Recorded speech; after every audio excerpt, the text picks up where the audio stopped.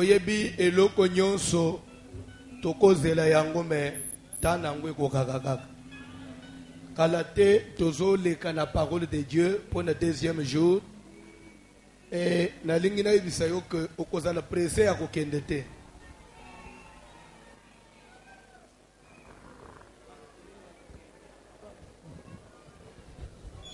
Amen. Libanda boyoki. Boyoki. Ingénieur Tade Kota na Katimbangu na Mbangi. Amen. Libanda ça va? Bon, vous allez répondre en dégâts.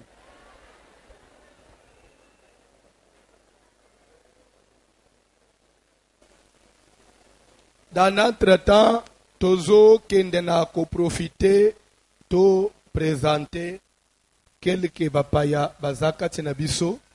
Amen. Alléluia. Avant naleka ko présenter ba orateur na biso pour ceux qui na bangi na bango na sili simbala moko tozo leka na liloba na Nzambe. Tozana ba pasteur na biso allié ya babuki bikeko bazape bazotele mazamba pambola bango.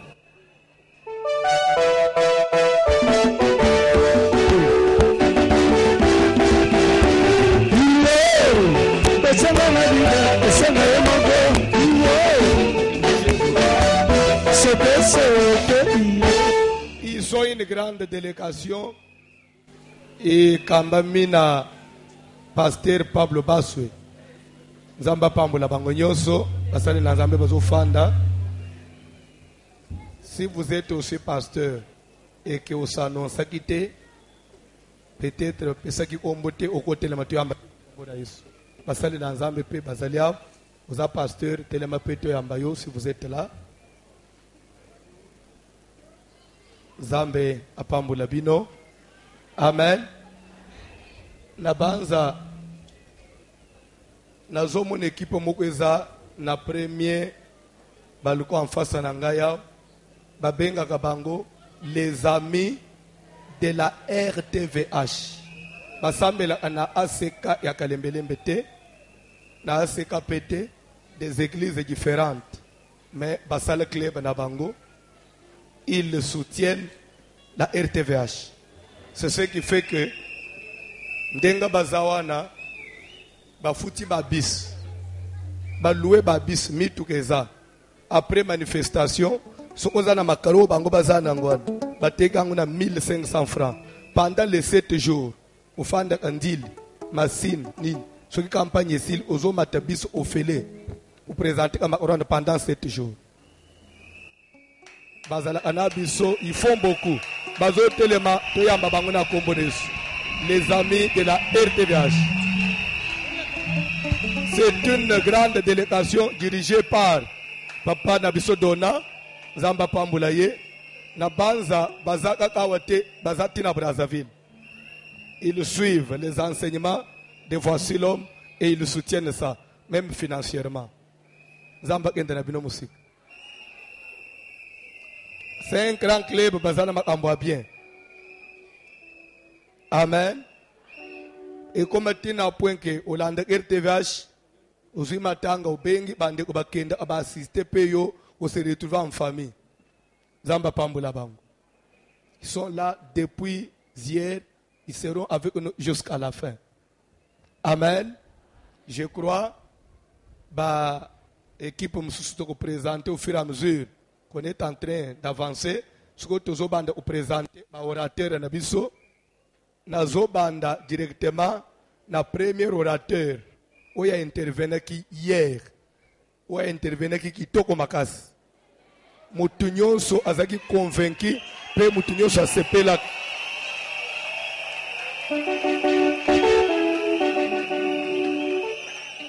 tozo telemisa pasteur Dieu merci Mutombo azo telema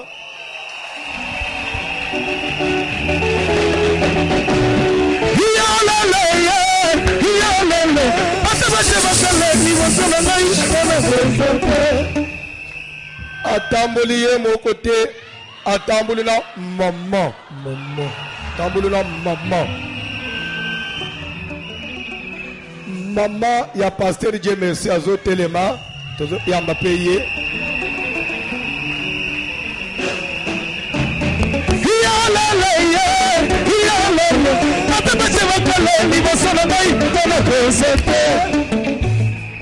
C'est la charmante épouse. Il y a pasteur Dieu merci Moutom. Amen. Zamba Pambula Bango. Et après, yé tozana orateur musus. Tozo bandana na RDC. Après to koma na ba uti musika. Amen. Babenga kaye l'homme de 1+ dans ta vie. C'est-à-dire quoi? Nikana na loba. Nikana na loba. 1+, c'est-à-dire quoi? Lui, quand il parle, il ajoute. Donc, tu ajoutes directement 1+. Le coach. Donc, ce qu'on a 2 avant, il y a lobby au commune à 3. Ici, au commune à 4. Ainsi de suite. Amen. C'est le révérend pasteur Jean Mwamba, les réseaux Téléma. Le coach.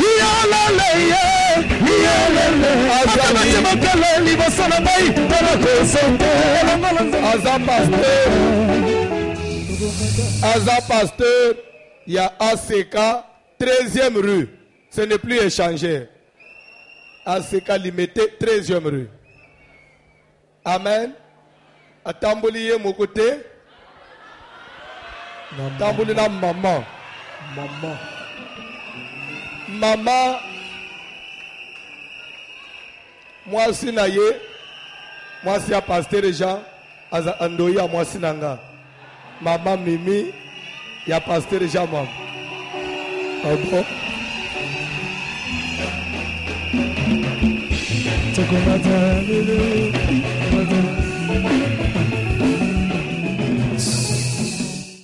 Amen. Zamba Pambulaye. Si tu commis par orateur Moussou Baza, je crois, chaque jour il y a des délégations qui viennent, les Tozo le Bawa, na moni bande ubaki aéroport Sigoy, ko yambe une autre délégation outi sous Canada, et comme na Pokwawa, présenter Bangolobi, demain mercredi, il y a encore une autre délégation qui va arriver. Amen. Tozo yamba bandeko bauti de très très loin. Et Tozo Banda, on va accueillir le révérend pasteur Yvon Stabili pendant qu'il se met debout.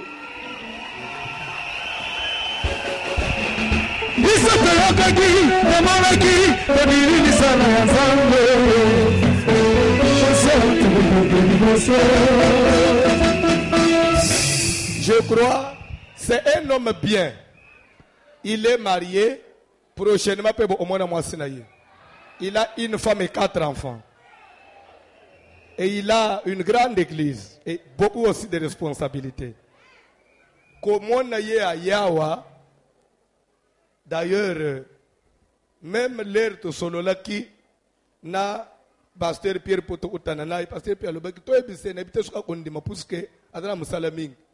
L'air Poto Utanina, non?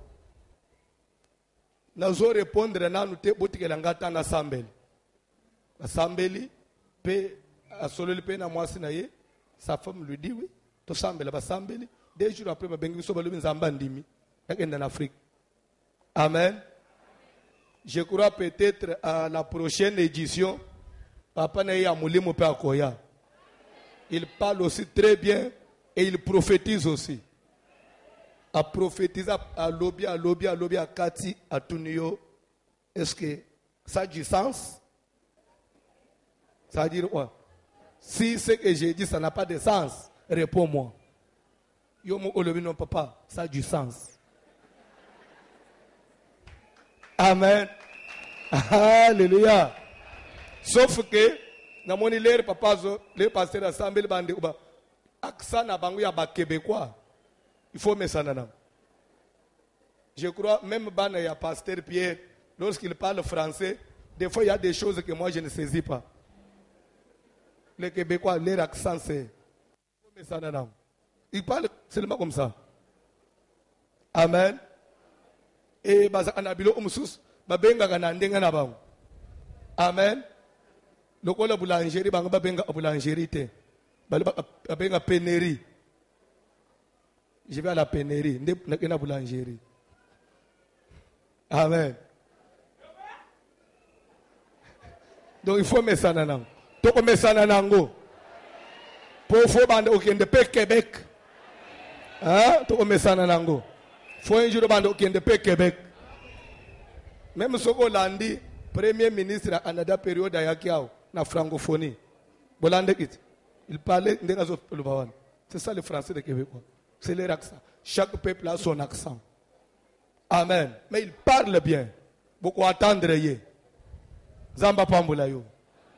Et simanaye tozana ye kutunazolo baza déjà moi nandako.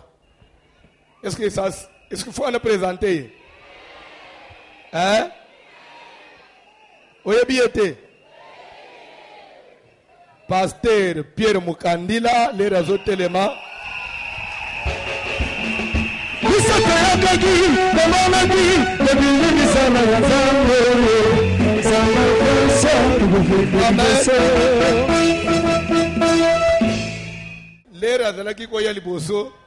Il était pasteur, il y a église, parole et acte à Montréal.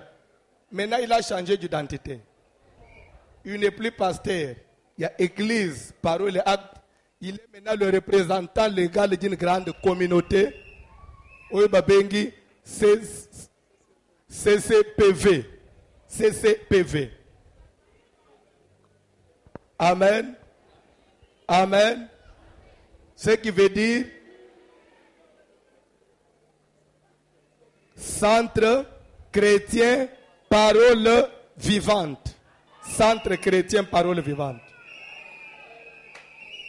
Je crois, Moutubake Kozwa, si on a aéroport, Azali Mouassi, il y a pasteur, il y a communauté, il y a Zana Montréal, Montréal c'est francophone, au Baké Kozwa, il y a Nakatia communauté, mais na Toronto, anglophone. Azoko Makalate, avec un aéroport, Arata, il vole. La femme, il y a pasteur Mwalimo, je crois, il sera avec nous l'année prochaine. Comme sa femme est déjà venue. Donc, je crois que c'est après 20, combien d'années que sa femme revient en Afrique. Maman veut à peu près, après plus de 24 ans, la maman qui vient aujourd'hui là. Ça après plus de 24 ans. Son mari, c'est plus même de 28 ans.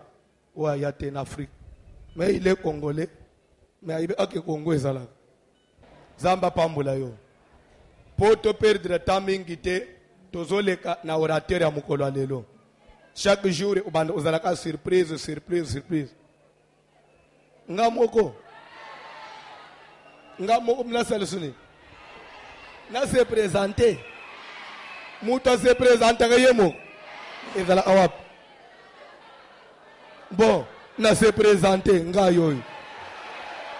Nazalipe orateur et en même temps hôte à manifestation.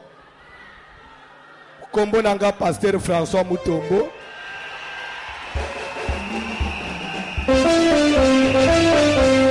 Assemble consemble. La tamboli penga mon côté.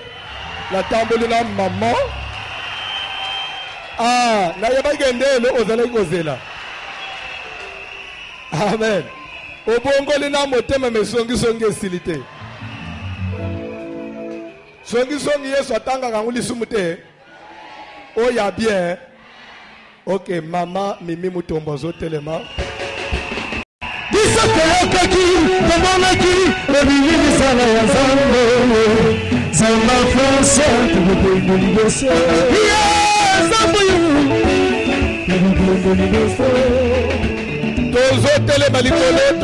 Orateur du jour.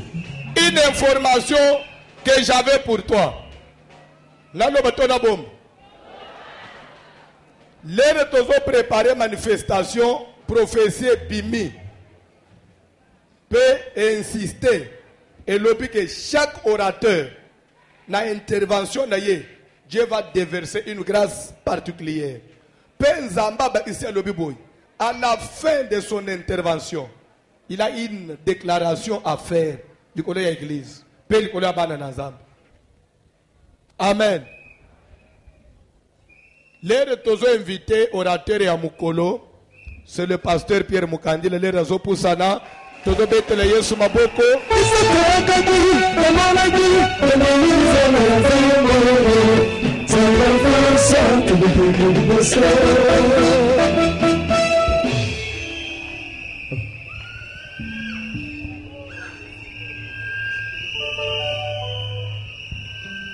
Amen. Amen. Soutem nanga ba yembi yango déjà. Fote nanga te o nakangama na Yesu. Liboso simbanga. Alléluia. Alléluia. Amen. Alléluia. Amen. Ils l'ont déjà chanté. Basi ba Le yembi yango. soutem. On a déjà chanté. Basi ba yembi mama Fote likambo na nanga ngai. ite. Nakangama nani. Na Yesu. Avant simbangai. Boma nanu ya Yesu. Ya Yesu. Avant que tu me touches, Yamwe to simba avant que ngai. tu touches Jésus, Esengelo to simba Yesu. avant que tu me détruises, Yamwe to bebisa avant ngai. que tu détruises Jésus. Esengelo bebisa nanu Yesu. Pourquoi je sais Yango na yebi. qui je suis? Soki naza. Si j'ignore Soko yebi te. qui je suis, O nga naza. je ne réussirai pas dans ma vie. Nakolonga te na bomoi na ngai. Tu échoues Okakemaka. parce que tu ignores Kwe to yebi te. qui tu es. Nani oyo sa. Alléluia. Amen. Papa, attends-nous comme qui? Jésus. Mouké.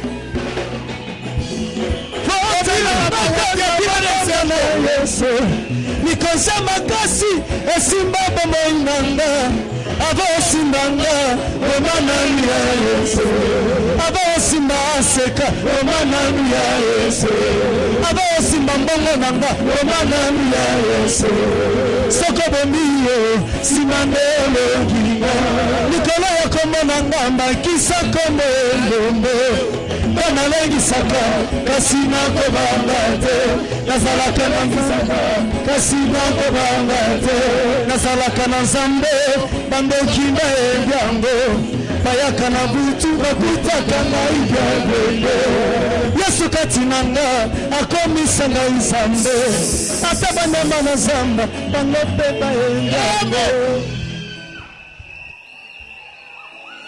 Betela Yesu maboko. Betela Yesu maboko. Betela Yesu tambusa yo maboko. Betela yeba kelele ya bien. Na libanda. Betela Yesu maboko. Foya batali kolo. Betela ye maboko. Waya mubasindi na moi na yo. Ya mutazo tambusa yo. Ebega keye. Amen. Nalingi lelo da Kinshasa bayeba ke Yesu azana esiko. Oui. Alléluia. Amen. Alléluia. Amen. Si tu ignores ton identité, Soko yebi bo kombo na yote. tu peux me un fou. Okomona nga lokwa moto aliboma. C'est pourquoi tu te dis Yangwano milobela. qu'est-ce qu'il est en train de faire? Niluku ni azo sala wana. Au lieu de prêcher, Nesika teya il nous fait danser, azo bini sabiso pamba il pa. chante. Azo yemba Et na moi ye. j'ai déjà commencé ma prédication. Ngala sina bandima teya na ngai. Je suis en train de t'informer seulement. Nazo pesoka sango. Jésus a dit quelque part Ete balobe sikamo. dans le livre de Jean 8:14, Na buku na Yohani il mwambezo mina discutait mimi. avec les hommes.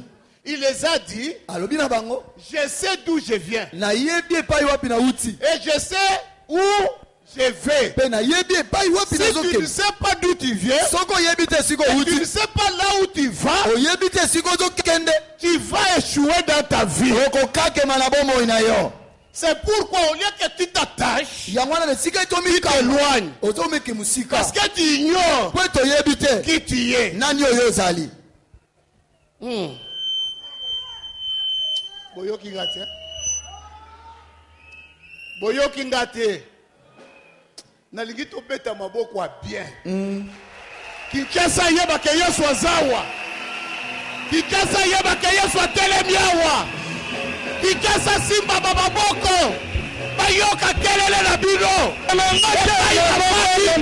bayoka mugongo na yo bayasibio bayatelana yo okoki kokufa te soki yo sudana nobi eloko moko te aleluya alobi yatambwisaka yo bisika nyonso amen Amen. nalingi ye mingi Amen. nalingi mpe bino mingi Amen. bokoki kovanda. Je bénis le pasteur François Mutombo. Napamboli mobateli mpate François Mutombo. Il a un grand cœur. Azana motema moko munene. On s'attend bien. Toyoka kamala. Et je suis content quand je suis avec lui. Je bénis sa femme, Maman Mimi. Mama Mimi. Que mon Dieu te bénisse. Sans oublier, je bénis le pasteur Jean Mwamba, ainsi que sa femme Mwambouyi.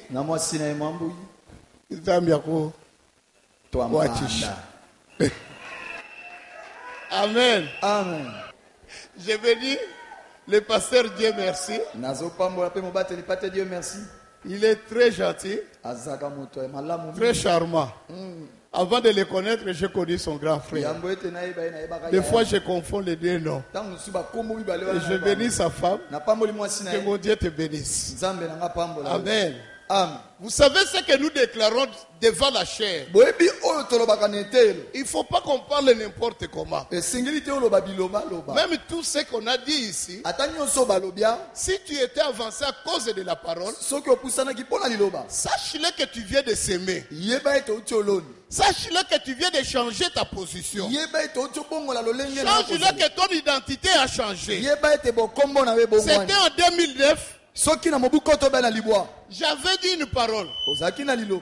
J'ai dit, Pasteur Yvon, je vais t'amener à Kinshasa. Moi j'ai dit, et j'ai oublié. C'est hier dans l'avion. Il me rappelle encore cette date. Est-ce que tu te souviens? Un jour tu as déclaré devant la chair que tu m'amènerais au Congo. J'ai dit je ne me souviens plus. Il dit pense bien. Et je me suis rappelé de ces jours-là. Et aujourd'hui il est là. Que Dieu soit béni.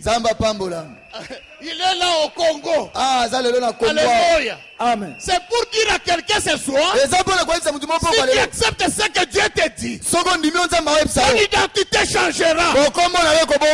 Si tu crois ce que Dieu lance, tu ne retourneras pas la même. Alléluia.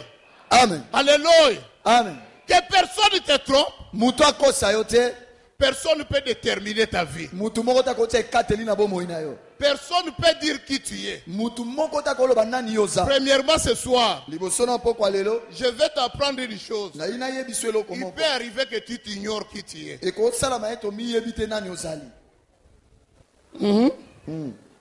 Nakosi. Nakosi. Vous avez tous l'expérience. Papa, peux-tu venir? Maman, viens. Toi, maman. Maman Yakanani. Papa, viens ici. Nanyana tuna mutuna moko, nazo PCP exercice. Bakoma kamwana mubali mukolonini. Quand est-ce qu'on devient homme? C'est à la naissance. À la naissance. Bondibiye. Oya ndimiye nani? Bondibiye. Réponse na yeto yoki te. Oyoki batu yosu baboyi réponse na yo. Nani andimiye? Réponse na yeto yoki angote. Oyoki réponse na yete? Je dis qu'on devient garçon, un homme à la naissance. Alobi bakoma kamwana mubali soko botami. Nani andimi? Nani andimi? Bon, nazo tuna mibali. Je pose la question aux hommes. Est-ce que vous êtes d'accord? Bondimi. Oh. Il y a une confusion. Mbulungane kotia. Sorry. Il y a une confusion. Mbulungane kotia. On demande aux serviteurs. On devient homme. Basali bondimi. Vous êtes d'accord? Bondimier. Bon, on va passer à la femme. Maman, nous passer le bien.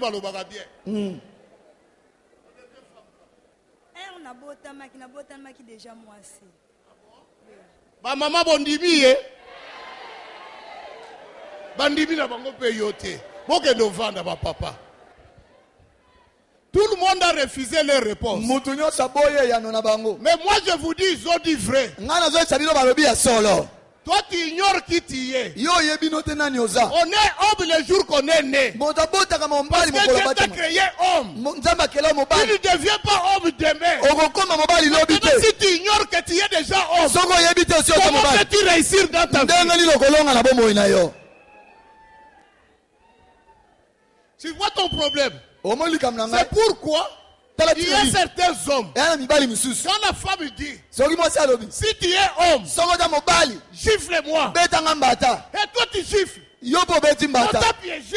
Tu ne deviens pas homme parce que tu es giflé. Tu étais né qui?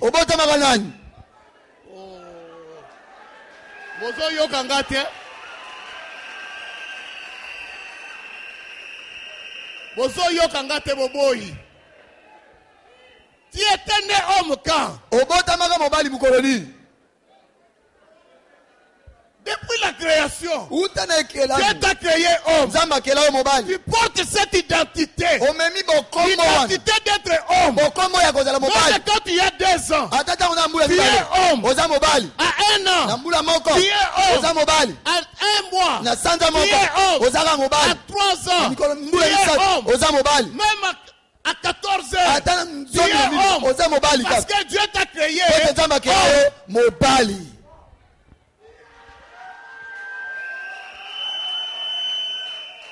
Maman, laisse-moi te dire. Peut-être toi tu penses que tu deviens femme quand tu vois les seins formés. Mais moi je vais te dire, Dieu t'a créé femme. Reste à la place d'une femme. Comporte-toi comme une femme. Ne cherche pas à devenir homme. Parce que tu resteras toujours femme. Tu es créé femme. Arrête avec le mot émancipation pour que tu sois égal à l'homme. Tu resteras homme, tu resteras femme.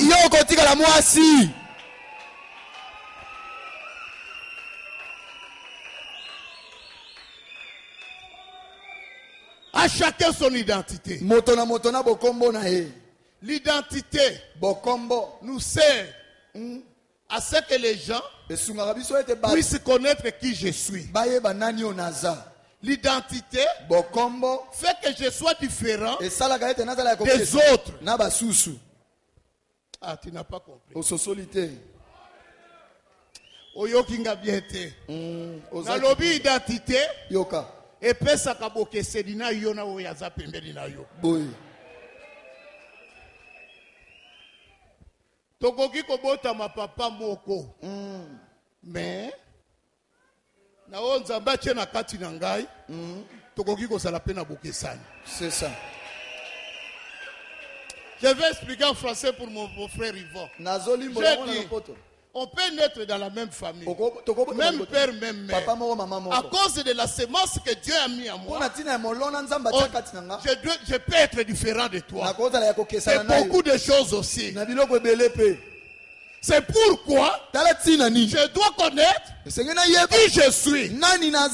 Quand j'ignore qui je suis, c'est pourquoi je souffre. Qui est ton voisin? Il souffre beaucoup. Parce que jusqu'à présent, tu n'as jamais su qui tu es.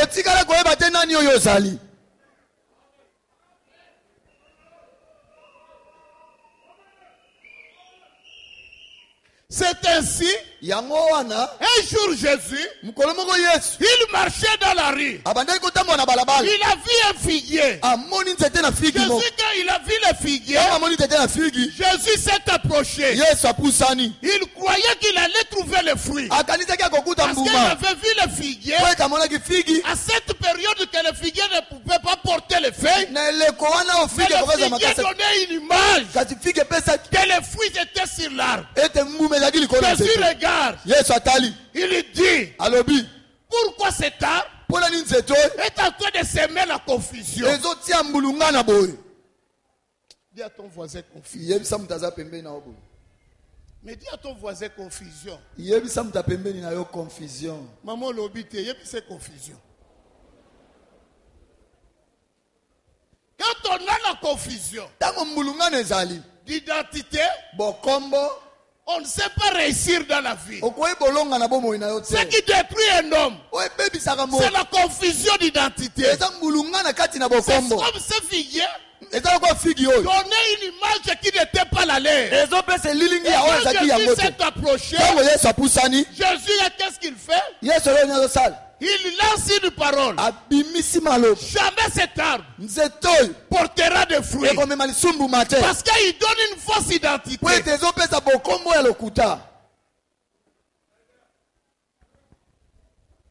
Alléluia. Amen. Alléluia. Amen. Alléluia. Amen. On m'a dit de parler. Ce que j'honore s'approche de moi. Ce que je méprise s'éloigne de moi.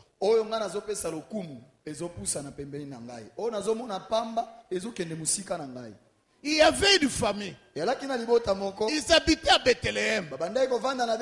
Cette famille habitait dans un pays de paix. Alléluia. Là où la famille ne se trouve pas. Mais il se peut que il y a une famine. Et ils ont pris une décision. Comme tout chef de famille, quand il voit que les choses ne marchent pas, il peut prendre des décisions. La décision de l'homme, c'était une décision réfléchie. Laisse-moi te dire, ta vie est basée sur les différentes décisions que tu prends. Alléluia. Amen. Quand il a pris la décision de partir à Moab, c'était pour y demeurer et pour trouver du pain. Il a pris sa famille. Il est parti à Moab. Mais ce qu'il oubliait, la promesse n'a jamais été sur Moab. Est-ce que quelqu'un a saisi? Il n'y avait aucune promesse sur Moab. Et pourquoi toi aussi, quand tu te déplaces dans la ville, tu dois connaître la ville dans laquelle tu vas. Ne t'établis pas pour établir. Si je connais mon identité, avant de faire n'importe quelle démarche de sortir du pays, je dois connaître la ville et les comment. Parce que je ne dois pas partir parce que tout le monde doit sortir. Pour voir des gens dans ce pays, sort pour partir. Et quand ils arrivent ailleurs, ils échouent. Et il dit la famille m'a bloqué. La famille ne t'a pas bloqué. Mais seulement tu es parti dans un pays qui n'a pas de promesse.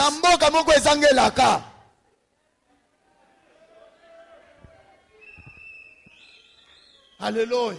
Amen. Alléluia. Amen. Alléluia. Amen. Abimelech et Naomi et ses deux fils, ils sont arrivés à Moab. Ils ont resté à Moab. Les enfants ont vu les filles à Moab. Ils ont été attirés par les filles. Ils ont pris la décision d'épouser ces filles. La Bible m'apprend, pendant tout le long de leur mariage, pendant 10 ans, leurs femmes n'ont pas eu des enfants.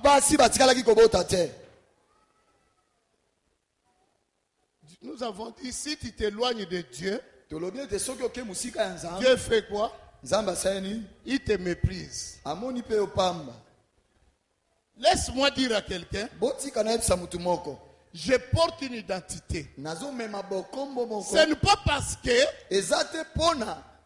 je trouve l'opposition dans ma vie, je dois maintenant changer ma démarche spirituelle. À chaque opposition, les enfants de Dieu souvent abandonnent. Pourquoi? Parce qu'il y a eu des difficultés. Il oublie la position spirituelle que Dieu lui a donnée. Alléluia. Amen. Alléluia. Amen. Ils abandonnent vite. Laisse-moi te dire, dans ta lignée, il y a Abraham, il y a Isaac, il y a Jacob, il y a Moïse, il y a Josué, il y a Caleb. C'est dans ta lignée. Il y a Élie, il y a Élisée, dans ta lignée. Tous ces hommes, si je revois leur vie, Abraham a lutté à la stérilité. Nous avons Isaac. Isaac a se retrouvé dans la famine. Il a semé.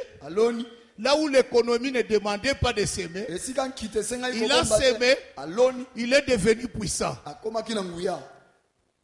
Non, vous ne m'avez pas saisi. Alléluia. Alléluia. Alléluia. Josué, comme on a dit, tout lieu foulera mes pieds. Dieu m'a donné ce lieu. Donc en tant qu'enfant de Dieu, même si je suis au Congo, je dois impacter au Congo. Il ne suffit pas seulement que j'aille ailleurs pour que j'impacte. Et au Congo, je dois impacter. Partout je serai, où le pied va marcher, je suis appelé à impacter. Parce que dans ma lignée, il y a Josué. Les expériences de ceux qui sont passés devant moi, cela m'appartiennent. Alléluia. Amen. Ce que les autres ont vécu, ce n'est pas pour moi une histoire, ça devient ma vie. Ce qu'Abraham a vécu, cela est ma vie. Ce que Moïse a vécu, cela devient ma vie. L'expérience de Josué devient ma vie. L'expérience d'Élie devient ma vie. Du moment que je suis attaqué, je peux appeler le feu. Parce qu'Élie a combattu par le feu. Je ne peux pas craindre. Les ennemis sont soulevés. Je porte une identité. En moi, il y a Élie.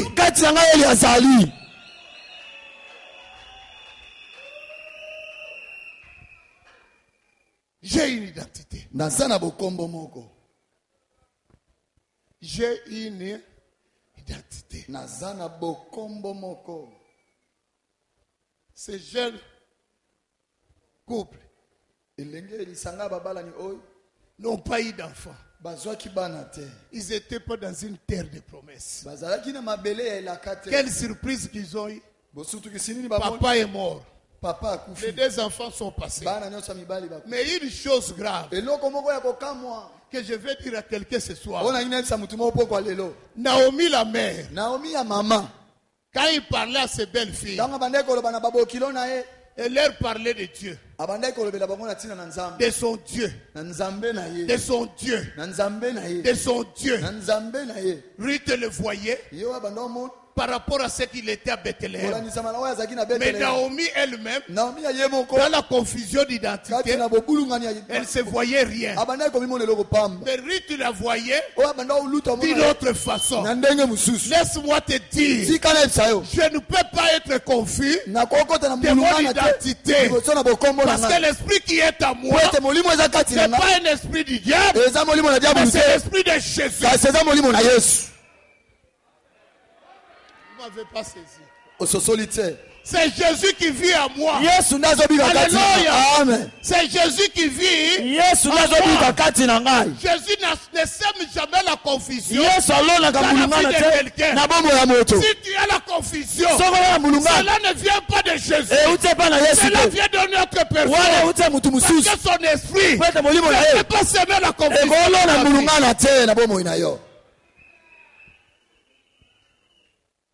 Alléluia.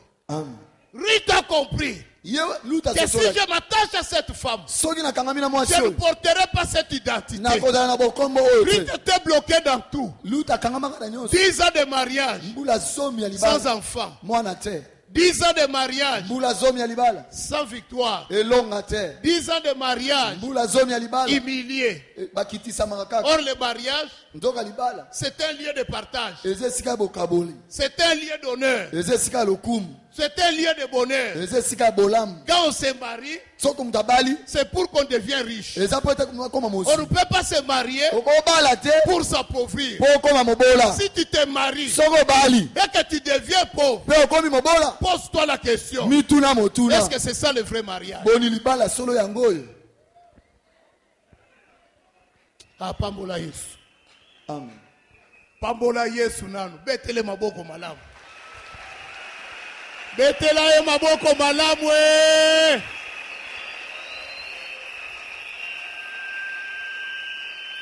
Rita grandit dans une famille dans laquelle on lui a dit, tu ne bénéficieras jamais ce qu'Abraham a bénéficié. Vous n'avez pas droit au temple. Parce qu'il y a eu inceste. Et même s'il y avait inceste, cela prenait 10 générations. Mais dans la condition de rite, ça ne prenait pas 10 générations, mais c'était à perpétuité. Rite a dit, mais cette femme m'a présenté un Dieu que je ne connais pas. Mais il faut que je m'attache. Il faut que je m'approche de son Dieu. Rite maintenant, il a dit, je vais m'attacher. Naomi dit, je retourne vers chez moi. Rite dit, on y va. Ils ont commencé à partir. Avec Oprah. Ils partent ensemble. Ils arrivent à la frontière de la décision. Il y a toujours une frontière pour la décision dans la vie. Il fallait prendre la décision. Naomi leur dit, je n'ai rien à vous donner. Je suis pauvre. Je n'ai rien. Ni homme. J'ai tout fait pour vous, mais j'ai échoué. Vous pouvez retourner. Vous êtes encore jeune. Il y a beaucoup d'hommes qui peuvent encore vous préférer. Retournez. Restez dans votre nation. Restez dans votre pays. Restez dans votre patrie. Restez dans la maison de votre père. Oprah, quand il a entendu cela, il a entendu qu'on a beaucoup insisté. Il dit non, je retourne. Je ne veux pas que tu sois ce soir au pas. Je ne veux pas que tu le sois. Est-ce qu'il y a un orpa ici? Lève-toi. Est-ce qu'il y en a une ici? Donc nous tous qui sommes assis, nous sommes des rites. Hein? Amen.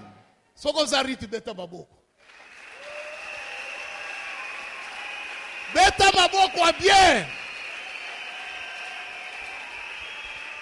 Alléluia. Amen. Alléluia. Amen. Est-ce que je peux continuer? Maintenant, ce qui s'est passé qui m'a étonné, c'est quoi? Du moment que Naomi arrive à Bethléem, parce que Ruth a refusé de retourner, Ruth a dit, là où tu vas mourir, c'est là où moi je vais mourir. Là où tu partiras, c'est là où moi j'irai. Ton Dieu sera mon Dieu. Je ne te quitterai jamais. Si toi tu dis tu es pauvre, pourquoi retournes-tu à Bethléem? Si tu retournes à Bethléem, c'est qu'il y a quelque chose de bon. Arrête ce soir. N'abandonne pas Kalembelembe. N'abandonne pas ce Bethléem. Il y a quelque chose de bien. Ce soir, Dieu est venu te visiter. Change ta condition. Il est venu te donner le mariage. Il est venu te donner l'emploi. Il est venu te donner la promotion. Il est venu te donner la réussite. Il est venu changer ta condition. Les gens t'ont humilié. Jésus ce soir te confirme.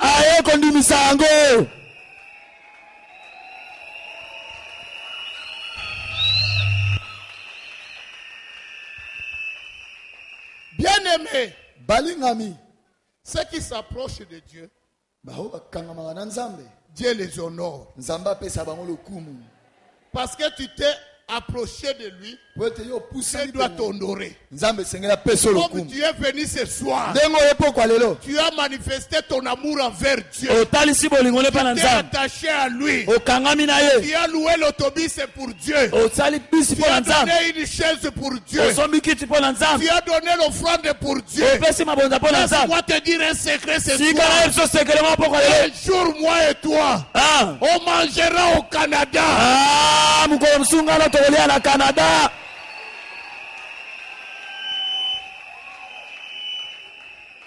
Parce que tu l'as honoré. Un jour je viendrai dans ces lieux. On célébrera ton mariage ensemble. Mais tu as bien la date. Toi qui n'es pas marié, je te dis, je reviendrai. Je célébrerai ton mariage. Le Dieu de la Bible va te visiter ce soir. Il a entendu les cris de ta voix. Il t'a attaché. Il veut t'honorer. Tous les hommes ne veulent pas voulu te regarder. Parce qu'on a vu la maison dans laquelle tu as vécu. Ils ont vu l'immensité de la pauvreté. Ça, ce n'est pas une femme à épouser. Sa famille est pauvre. Laisse-moi te dire, Rite aussi vers la pauvreté. Mais la Bible m'apprend. Quand Rite est parti à Bethléem, Rite n'avait plus la même identité. Rite s'est attaché à Naomi. La Bible m'apprend. Rite à Bethléem, elle est arrivée. Elle s'est pas assise. Oh, quelqu'un qui porte l'identité va te servir. Je dois te dire, quand tu t'attaches à Dieu, tu sers Dieu. Quand tu t'attaches à Dieu, tu les cherches. La Bible, dans les prédications, dans la prière, dans les services, dans quoi que ce soit dans l'église, dans l'offrande, même dans la dîme, tu peux chercher Dieu. Dieu est avec toi. Parce que tu t'es attaché. Il va te conduire. Pas n'importe où. Dans les champs. Un homme fort. Pas n'importe quel homme. Un homme fort. Il s'appelle Boaz. Il n'est pas parti ailleurs. Il est allé à la maison de Boaz. Parce qu'il était conduit par l'Éternel. Dieu change son identité. On ne peut plus la reconnaître.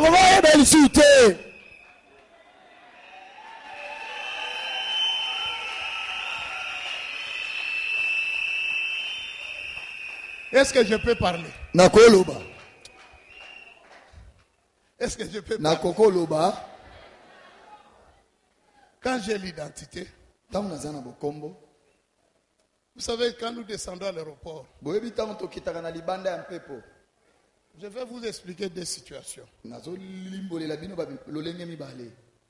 À 91, je suis arrivé, j'étais en Belgique, j'ai fait 8 ans en Belgique. Avant 91, j'étais d'abord en Belgique, j'ai fini mes études. Je ne trouvais pas l'emploi, j'avais plus de papiers. Parce que quand tu finis, on te l'arrache. Amen. Il fallait maintenant chercher où aller. Mon ami me dit, viens au Canada. Je ressemble textuellement avec mon oncle. Taille, tout. J'ai pris son passeport. J'ai dit, je me rends au Canada. Alléluia. Alléluia. Quand je suis entré dans l'avion, comme ce n'était pas mon identité, j'étais païen à cette époque. J'ai prié comme nos frères là. Nos frères. Je faisais cette prière. Alléluia. Non, papa ne dit pas. Amen. On passe à direct. Alléluia. Quand tu descends maintenant à l'aéroport, j'étais bien habillé. Parce que lui, dans sa profession, on a mis directeur. Je devais faire comme un directeur. Mais tu sais, si ce n'est pas seulement ton identité, quand on te pose la question, ça fait combien de temps tu voyages? Tu parles combien par année? Je dis oui. Qu'est-ce que vous avez dit? Monsieur, j'ai posé la question, tu gagnes combien par année? Maintenant, j'ai commencé à me poser. Un directeur dans ce pays gagne combien? Directeur dans Mboko sera boni. Parce que je ne le suis pas. Je ne sais pas vraiment prendre cette identité. Mais aujourd'hui, si je retourne au Canada, parce que je sais maintenant j'ai l'identité qui m'appartient, quand j'arrive, je vois Canadiens, on nous a mis la machine. Vous les étrangers, vous devez passer l'immigration. Je viens directement dans la machine, je te dis top 1. C'est pas cette couleur. Cette couleur c'est là-bas. Ici c'est bleu.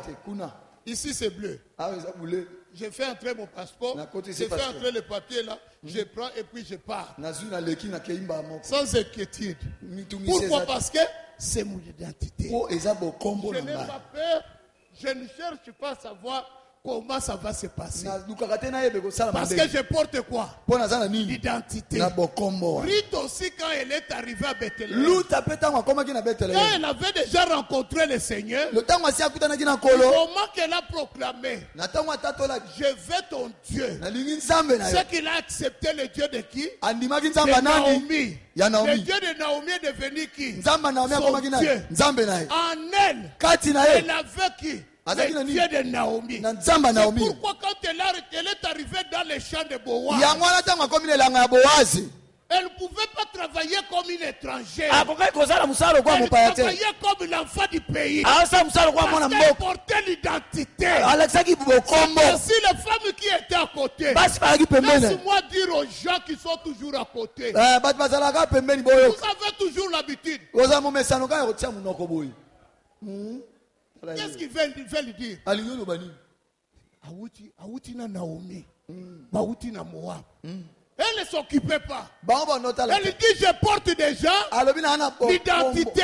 Quand il vient dans l'église, même s'il parle, même s'il se moque, du moment que j'ai l'identité céleste, ne s'occupe pas de vous. Même dans la famille, parce que je porte l'identité céleste. Il faut que la famille se soulève. Si la famille ne se soulève pas, tu n'as pas encore porté l'identité. Quand tu portes l'identité, la famille doit se soulever. Même si la famille se soulève, que moi, je porte l'identité. Je m'en fous de tout ce que vous êtes en train de dire.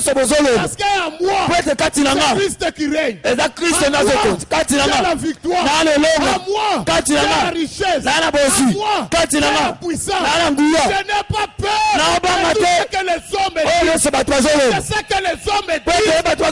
C'est ce que je suis. C'est ce que Dieu dit. C'est ce que Dieu a déclaré. Je suis ce que Dieu a mis en moi.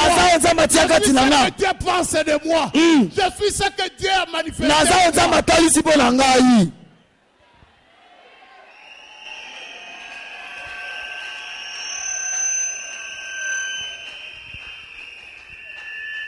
Yangwana na banga kate.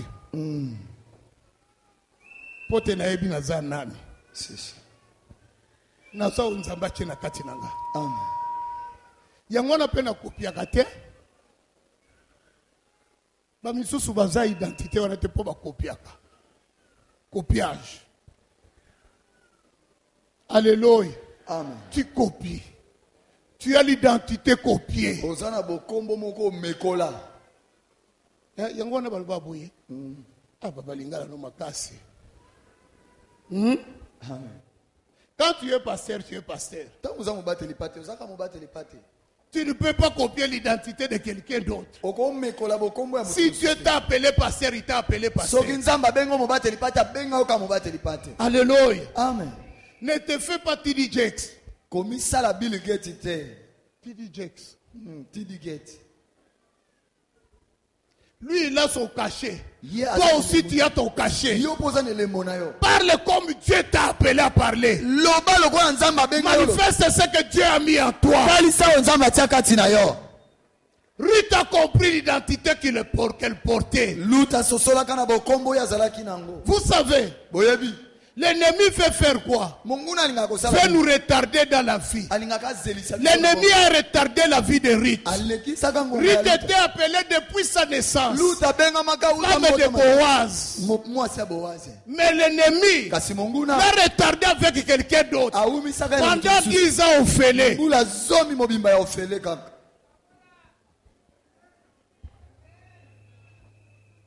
C'est pourquoi, tu vois ici, quand on est retardé, on n'arrive pas, on a terminé l'université depuis longtemps. On a le diplôme entre les mains. Mais à cause de quelque chose que tu n'arrives pas à régler, tu ne trouves pas d'emploi, tu es retardé dans la vie. Quand tu arrives au Canada, parce que tu as souffert longtemps, dans le chômage, le premier emploi qu'on va te donner, tu acceptes. À n'importe quelle condition. Et pourtant tu es ingénieur. On te fait porter des sacs. Même si je te dis, cela n'est pas réservé à toi. Parce que tu regardes les conditions que tu as laissées ici. Tu dis, pasteur, moi je suis venu chercher. J'ai vu au rythme du pays. Mais ce soir, tu ne vis plus au rythme du pays. Quand quelqu'un commence à dire je vis au rythme du pays, c'est qu'il a échoué. Parce que tu n'as plus de choix. Mais moi je vais t'apprendre ce soir. À cause de l'identité que tu portes, il y a des choix à faire dans la vie.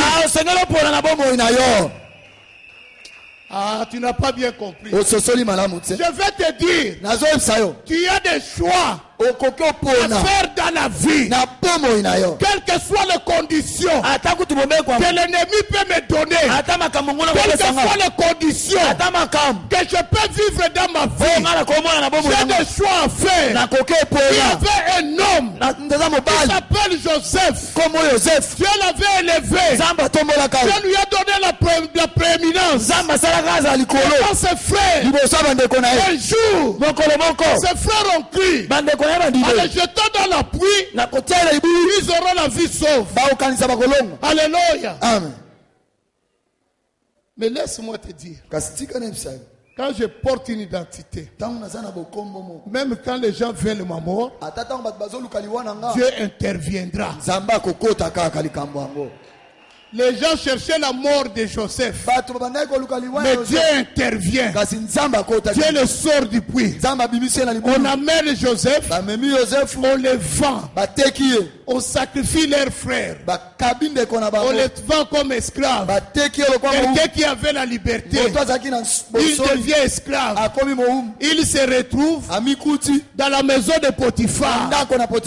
Comme Joseph avait compris la vision que Dieu lui avait donné, il avait compris l'identité qu'il porte. C'est pour ça que Joseph s'attachait à Dieu. En s'attachant à Dieu, c'est l'honneur dans la maison de Potiphar. Potiphar l'élève devant tous les serviteurs. Joseph qui ne connaissait pas la langue égyptienne était responsable dans un lieu qui ne connaît pas la langue. Est-ce que Nzamba kosali la yote? Alléluia. Amen. Comme Joseph connaissait l'identité. Joseph était un bel homme. Un homme, quand tu regardes, tu passes, il faut que tu tournes encore. Tu regardes même les démarches, comment il marche. Parce qu'il valait la peine. Alors la femme de Potiphar, quand elle a vu cette beauté, elle ne pouvait plus se ressaisir. La Bible m'apprend, chaque jour, elle venait importuner Joseph. Quand je connais mon identité, cela me poussera même à vivre la sanctification. On vit la sanctification parce que je suis qui je suis. Quand tu ignores qui tu es, tu peux bafouer la sanctification. Joseph savait qui il est. C'est pourquoi Jésus a dit, je sais d'où je viens et je sais où je vais. Joseph savait d'où il vient, il savait où il va. C'est pourquoi quand la femme de Potiphar venait, Joseph a dit, je ne peux pas te toucher. Je peux tout toucher ici, mais sauf toi. Amen. Amen. Alingina kita. Alléluia. Amen. Il dit, Alobi, toi je ne peux pas te toucher parce que je sais qui je suis. Mais Saoul, ne connaissant pas qui il était, ignorant son identité, quand il a vu que Samuel ne venait pas, qu'est-ce qu'il a fait? Comme tout le monde partait, il ignorait son identité. Saoul a fait quoi? Il a fait les holocaustes. Est-ce qu'il était sacrificateur? Quand tu ignores ton identité, tu feras même ce que tu ne devais pas faire. C'est pourquoi tu peux aller visiter le féticheur à cause de l'ignorance. Alléluia. Alléluia. Ruth a trouvé grâce là où elle était dans les champs. Comme elle connaissait son identité, Boaz a commencé à regarder. Il s'est posé la question, c'est qui cette femme? Tout le monde a commencé à témoigner. Il sait ce que Naomi avait amené. C'est cette femme-là. Alléluia. Alléluia. Aujourd'hui, tu peux être la référence de quelqu'un. Mais laisse-moi te dire, au fil des temps, parce que tu connais ton identité, ton identité fera que tu sois tout seul la référence. Aujourd'hui, on parle de Ruth tout seul. Pourquoi? Parce que Ruth connaissait qui elle était. Elle savait son identité. Elle a marché avec Dieu. Et Dieu a confirmé son identité. Devant tout le monde. Oh, c'est sûr.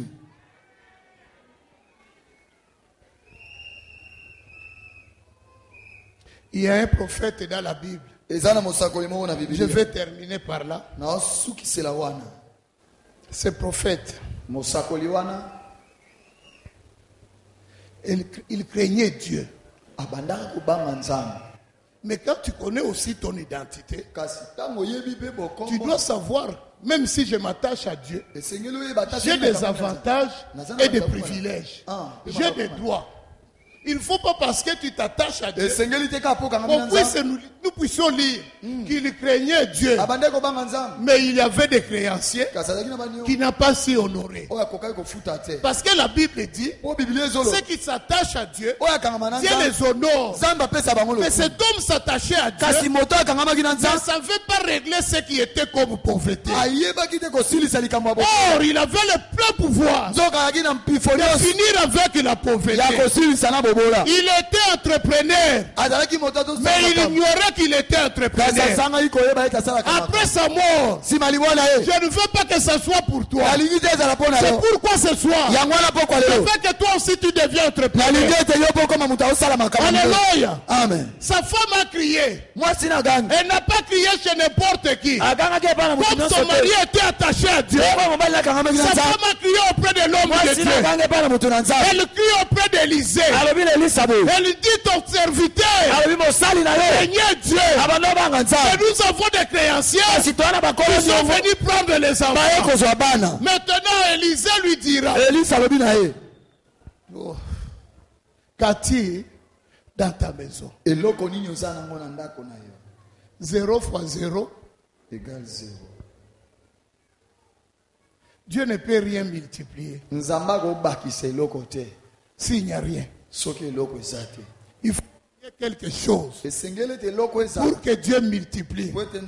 Cette femme ignorait son identité, ne savait pas qu'elle était entrepreneur. Ce soir, je ne veux pas que tu restes dans l'ignorance de ton identité. Alléluia. Comme tu t'es attaché, tu sais ton identité. Maintenant, je vais te dire, ton identité te donne les droits, et les privilèges, et les avantages. Tu dois profiter de ces droits, et de ces privilèges et de ces avantages. L'homme de Dieu lui dira, va demander des vases, pas en petite quantité, demande à une grande quantité. Tout cela dépendait de sa foi, dépendait de la manière qu'il reçoit la parole. Demeure dans la parole. Alléluia, tu triompheras. Ce qui demeure dans la parole, triomphe toujours. Elle est allée prendre des vases. Elle a amené des vases. Elle a appelé l'homme de Dieu. Les vases sont là. L'homme de Dieu lui dit, ferme la porte. Parce que ceux qui sont dehors, ce sont ceux qui avaient tué ton mari. Avec leur discours, ils ont fait que ton mari meurt pauvre. Ils ont dit, un enfant de Dieu ne peut pas porter des richesses. Ils ont dit, un enfant de Dieu ne peut pas avoir des biens. Ils ont dit, un enfant de Dieu ne peut pas s'acheter des maisons. Ils ont dit, un enfant de Dieu ne peut pas avoir beaucoup des habits et des maisons. Alors, cet homme a dit, il faut que je reste dans ces conditions. L'homme de Dieu lui dit, ferme la porte pour que ces gens-là ne détruisent pas ce que tu as. La semence que tu portes, commence à verser l'huile. Aussi longtemps qu'il versait l'huile. Alléluia. Amen. L'huile venait toujours. L'huile venait toujours. L'huile venait toujours. Aussi longtemps qu'il y avait des vases vides, les vases se remplissaient. Je veux dire à quelqu'un ce soir, Dieu te touche là où tu es. Tu te lèves là où tu es. Tu viens semer dans cet endroit. L'huile qui est en train de couler, qu'il puisse remplir ta vie. Tu deviens entrepreneur. Comme cette femme. La Bible m'apprend. L'homme de Dieu lui dira, va vendre ses ventes. Va vendre ses ventes. Paye les créanciers. Après cela, que ta vie change. Que ton identité change. Ne parle plus de la pauvreté. Celui qui veut se séparer de la pauvreté.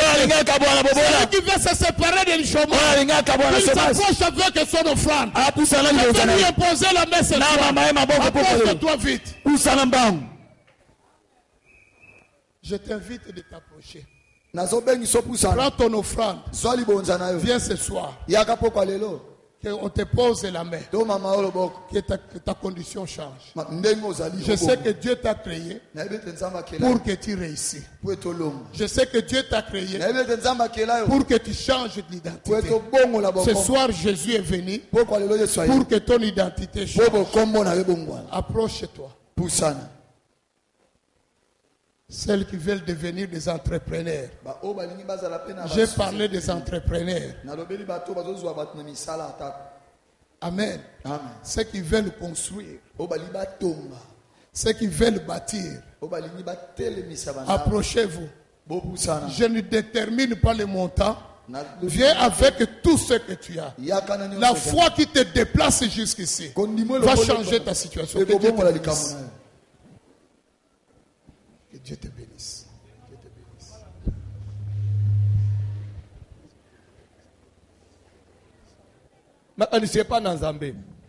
Est-ce qu'on l'a dit?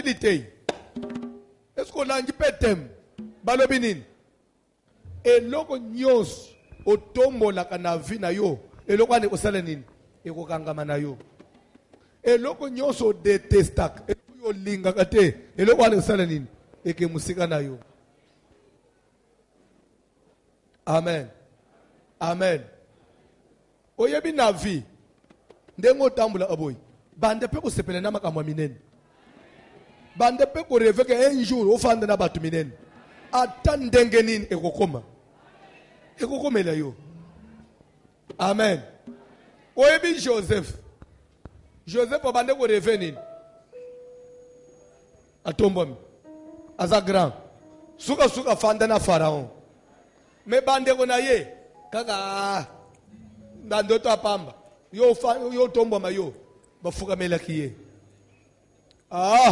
Bande ko rêver à un jour. Pour saluer Obama. Pour saluer Melayo. So on dit bien que saluer Melayo. Na lingi to sala prier. Na zokende ko bengana na vie na ngai. Tout ce que je n'aime pas. Par exemple, la souffrance. Bon, mon ndenga na zao. Ngala linga souffrance te. Yo linga kango. Na linga souffrance te. Pe ya mi bale. Na linga abubola te. Yo linga kango. Amen. Un jour, frère, il faut que tu sois sur le mitou. Ce que tu sois sur le mitou, tu vas chauffer. Donc, c'est que y a des gens qui sont chauffeur. Mais on ne sait pas dans l'ensemble. Tout ce qui est médiocre, tout ce qui est inutile. Et il y a mamata. Ma dimension.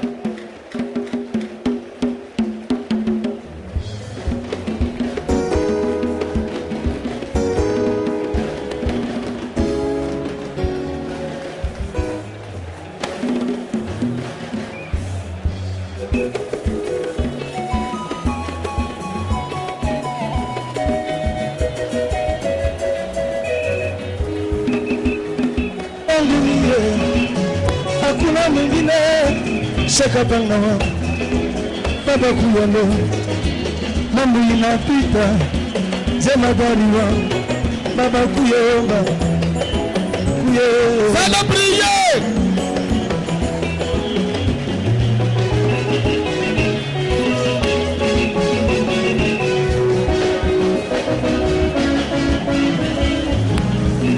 Le balance non n'ingana Fawazaji vita zanga gobota na ngai zalina yo yakaya sekisa ngai abara na yo yakaya salela ngai bana lele ego miya temenza mona kibanga ngalogola yese miya tembe kibanga ngalogola yo komiya temenza mona kibanga ngalogola yese tembe Tukibanganga lokola yo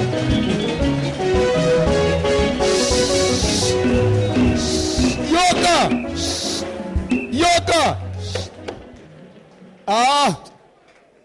Oyebi Nzamba pambula mutei Ngana comprendre lo omoko Oyebi li solo a Jephthé Bible doit que Jephthé le Galadite était un vaillant héros Azaki elombe Malgré qu'Azala est fils d'une autre femme, mais Azaka na qualité mou ya batuminen.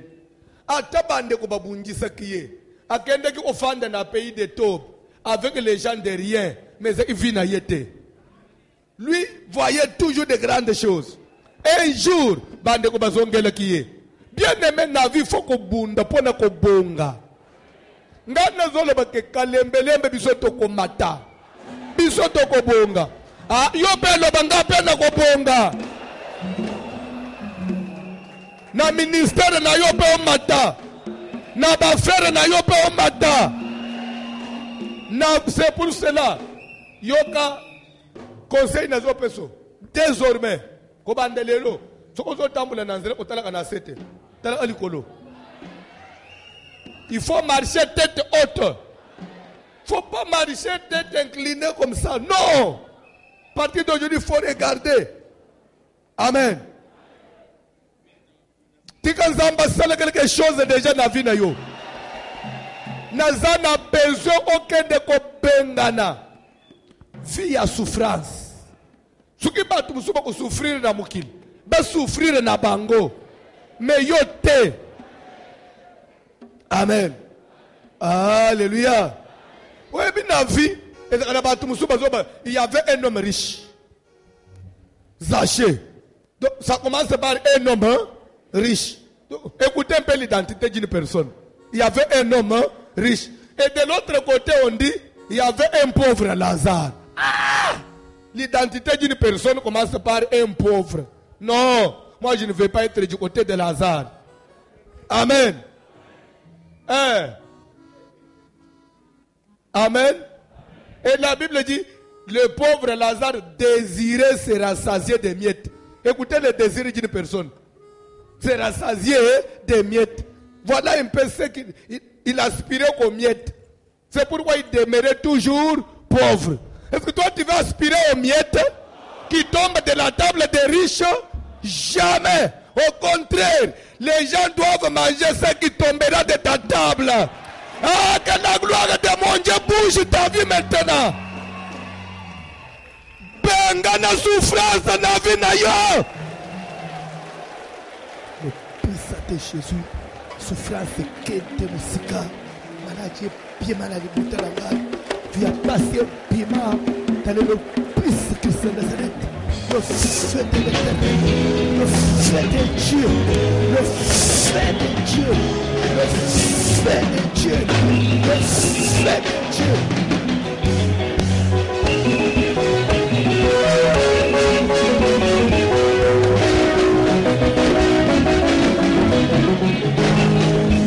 Mama yangu niye akula mwingine shakapanga wa baba shuka leo maboko na yo mibale likolo ya mutu avant na pesa orateur micro. Zale concentré. Bible en vérité, je vous l'ai dit.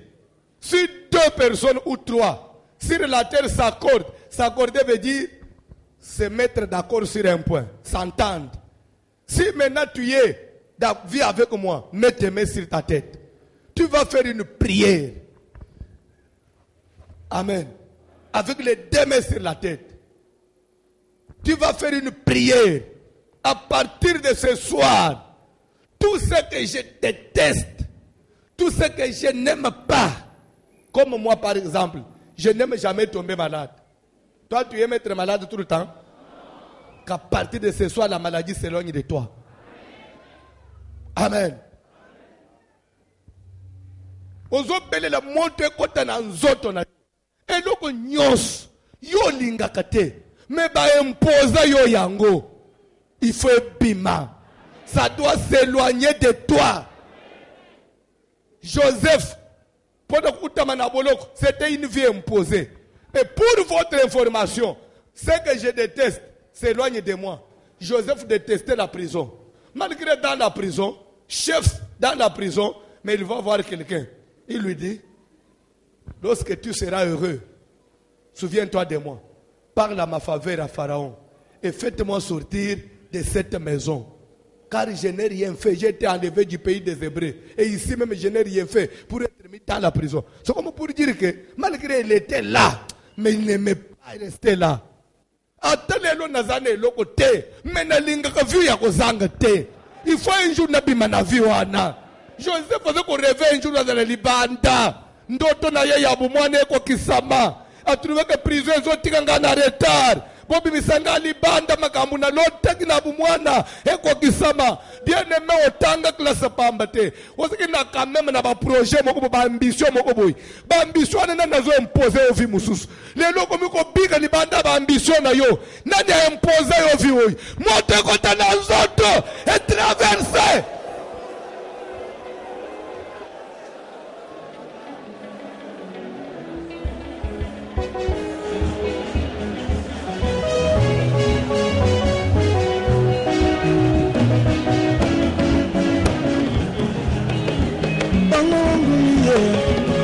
Akuna mwingine sekapanga wa baba kuyalo mambo inapita zema gari wa akuna mwingine baba wangu baba kuyo baba kuyo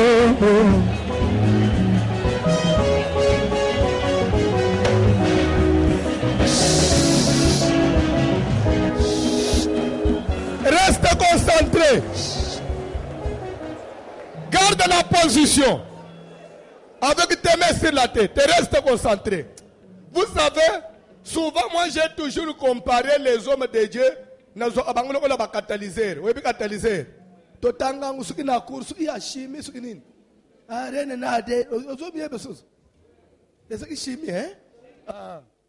Catalyseur. C'est-à-dire que catalyseur, c'est un produit on dirait que tu moi, coup de pouce. Moutaze ko lingala ala me, banjingisi ya lamuka. Mate ya apona osaleni. Hein? Ko pesa impulsion. Que bande lelo, eloko nyoso yo lingaka te, esaleni. S'éloigner na yo. Il faut s'éloigner pe. N'a besoin d'une chose. Rite la Moabite. Abotama ki Moabite. Mais linga ki oza la Moabite te. Aboy ki Moabite akangamina Naomi. Pe ki Moabite elungwa na. Elungwa ina. Ti rite akoma muyote. Bien aimé. Atana botama na famille ya passe. Na linga pe yango te. Na mvia kaka ko vivre na famille ya bato mbongo. Na kokoma muto mbongo. Ma pourquoi est-ce que l'homme tous à concentrer? Seigneur, tu es Dieu. Nul n'est comparable à toi. Tu parles et tu accomplis ce que tu promets. Nanzela munoko ba prophète. Webi sekbisweta à chaque jour. Okobande ko kangola batu. Batu okobande ko bima transformer. Na kombo na Yesu. Ndeku nyoso zolande biso na minito même na télévision, même na radio, même à sur place. Où ya se déplacer. Alekisi tilero ya telemi libanda. Pas pour ne causer la musala, mais pour ne causer le lobby qu'on a yé. Tikate na minito. Les dieux qui honorent les paroles de ses serviteurs. Dieu invisible, mais visible aux yeux de la foi. Na minito le boko na yo kita vignon su ba imposant de koyo o baloba que jamais ya kobonga yo na nozo imposer mutu eloko ye moko lingite ka kobonga te biso tolobi akobonga akobota te biso tolobi akobota o akokufa biso tolobi akokufa te. Toye avec une parole et en opposition. Pendant que teleme la nyos ba imposer yo même na famille au botama. Na kamba na Yesu. Et lamba nyos ya ba prisonnier balatise yo. E yamba moto.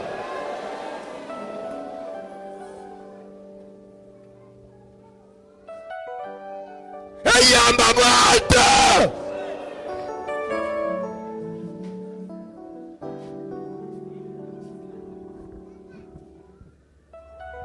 Ah, nzamba zanaka cha kubikisa deja. Bashene zo kwaya.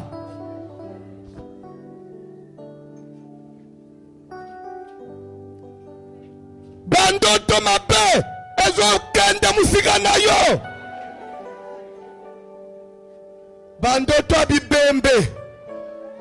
Bandoto batu bakufa. O detesta kango linga kango te. Et s'éloigner na yo. Et s'éloigner na yo. Et s'éloigner na yo. Et s'éloigner na yo. Moto. Moto. Moto. Moto.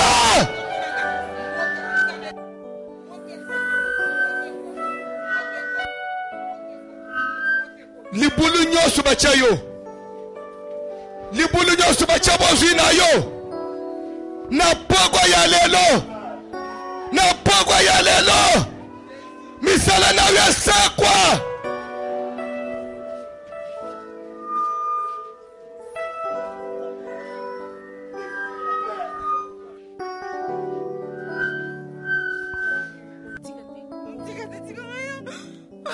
Moto. Moto. Moto. Moto. Moto. Moto. Bashene katana sikoyo. Bashene kwaya sikoyo. Musala na ufungwama. Maternité na ufungwama. Maternité na ufungwama. Libanga bachani bumwe limo na kombo na Yesu. Kista limo na kombo na Yesu. Kista limo na kombo na Yesu. Ba periode kime fungwama. Ba periode kima kale fungwama. Na kombo na Yesu. Bashene katana. maboko no simba mbo misa mama zamba visite yo makambu ne kende musika kaka maboko na mutu belela moto na zambe singa nyoso bakanga yo ekweye na poko lelo to sambele na kombonesu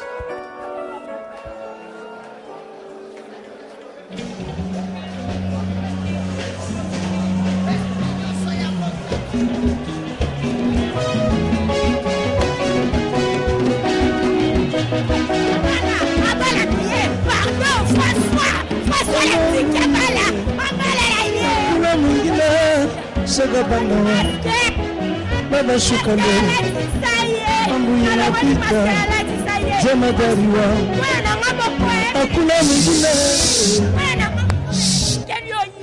mwana ngamo komera tikelio abala ni maske siko sebuza ngabongo abala na longo li maske François longi mwana suka longi singa mwana mkalong singa mikoko balongi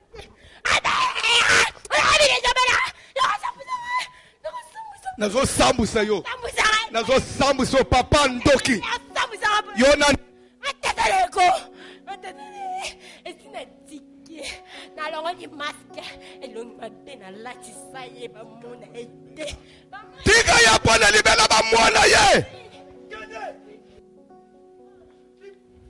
orateur azo sa la prière bazo passer micro il va nous bénir. Vous allez concentrer, l'an de prière.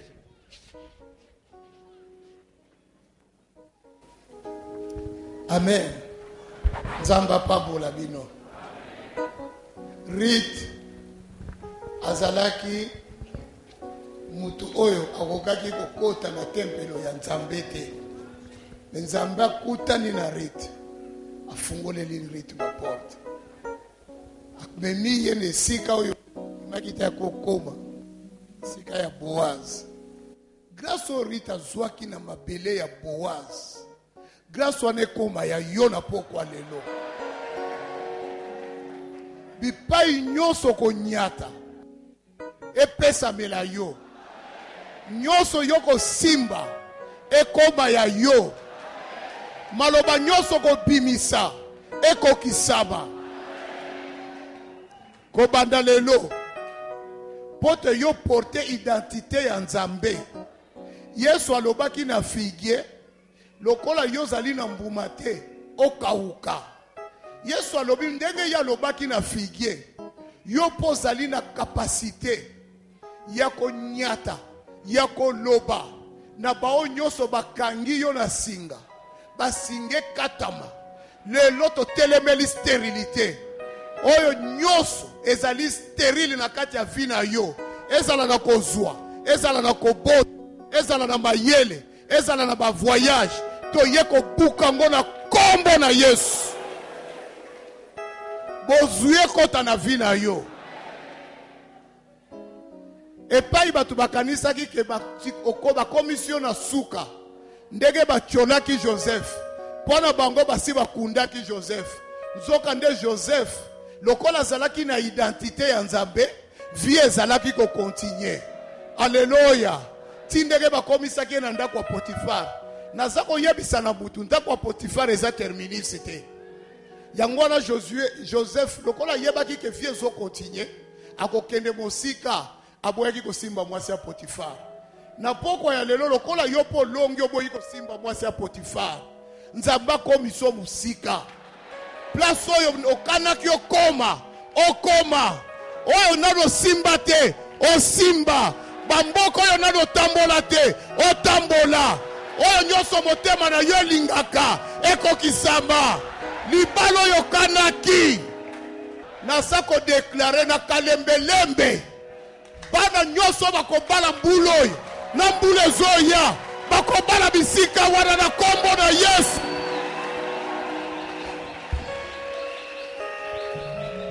Tikana bakiselo komoko. Bomoni nyoso esalamia. Nyoso batongi. Natangaki na Bible siga moke kama singa mingi. David alobia linga tongela Nzambe. Nzambe yo kotonga te. Mwana na yo mutu akotonga. alobi me pona yo lokwa posa motema neza ko tongela ngai na ko créer bandako pona yo mutu nyoso yo achaki $1 nesiko yo po basale loko yo akotonga bandako bana na yeba kotonga bandako libota na yebo biba bakosimba bandako bakozanga kesika kolala te po atongeli nzambe ndako bakovanda na bomengo bandako bisika nyonso bakotambola bakosimba mosolo po te batonga bandako batu pe bakopesa bango bandako po te bazali na onction ya ndako place nyonso kozala mutu akoloba na lingi na peso mabele akopesa yo na mbogo wa muke po tozali na onction ya ndako po totongeli nzambe bisika nyonso fungameli yo nalingi nabakisa lisusu tolobaki ke mwana mwasi wana mubali nakufi pauvre mais ya yo mubali akokufa pauvreté Jamais. yo po kokufa pauvreté Jamais. bana na yo pe bakovivre pauvreté Jamais. nalobaka na église nalingaka pauvreté te Jamais. Je déteste ça. naboya yango na motema moko bino mpe boboya yango ndenge toboya yango Nom de Jésus. moko takokufa pauvre awa na proclamer richesse na proclamer bozwi Familial. ai nyonso bana na bino bakotambola na bomengo nyonso bakordoba pote na misala na bango ekopesa bango bosolo bakokende liboso bakomona bisika minene bakovanda na bakonzi bakolia na bakonzi bakotambola na bakonzi po bazali bakonzi po bazali balongi tokosimba mpe tokotambola na bakonzi mpe tokomona bomengo oyo nyonso etongami na mabele ezali ya bino bokojuire yango mpe bokosimba misolo a partir ya lelo ministère ya mutu moko na moko ekotambola ekokende liboso naza koyebisa na baserviteur abotikana na pambola baserviteur serviteur tika na yebisa yo omoni eglise ndenge ezotambola soki ya longoli kondima nyonso ekosala bate esalami pa pasteur François atelemi na kondima serviteur nakosa yo te eglise etambolaka na kondima ya pasteur etambolaka na kisi te tolobaka kaka grâce mais esengaka mpe kondima soki pasteur andimaka te akoki kosala eloko oyo te soki asali yango po pasteur atelemi na kondima soki boyebi te soki otelemi na kondima te tu ne peux rien faire dans la vie Quel que soit le niveau de prière. quel que soit le niveau à prière tolobaka kaka grâce mais pasteur Azar quand je l'invite nous organisons de grandes choses c'est parce que telemi na kondima soko oza na yango te okosala eloko moko te yango wana ngai naza kopambola ministère na yo ekokende liboso yo telema kaka na kondima a partir ya lelo nyonso yo kodeside nyonso nzambe akopesa yo ekokisama esalama bato balandi yo na nsima bapambwama na nsima na yo basimba misolo bakende liboso mpe na nsima na yo obimisa bana mpe pele mangomba mpe telema mangomba ya minene mpo nzambe abengi yo na makambo ya minene nzambe ya minene osili te ozali oya ndenge mpo tombola mpo kende mosika bato mpe bayeba kombo na yo ndenge bayebaki kombo ya rite ya yo mpe bayeba yo zandani bayebaka yeba benga yo na kombo na Yesu. Amen.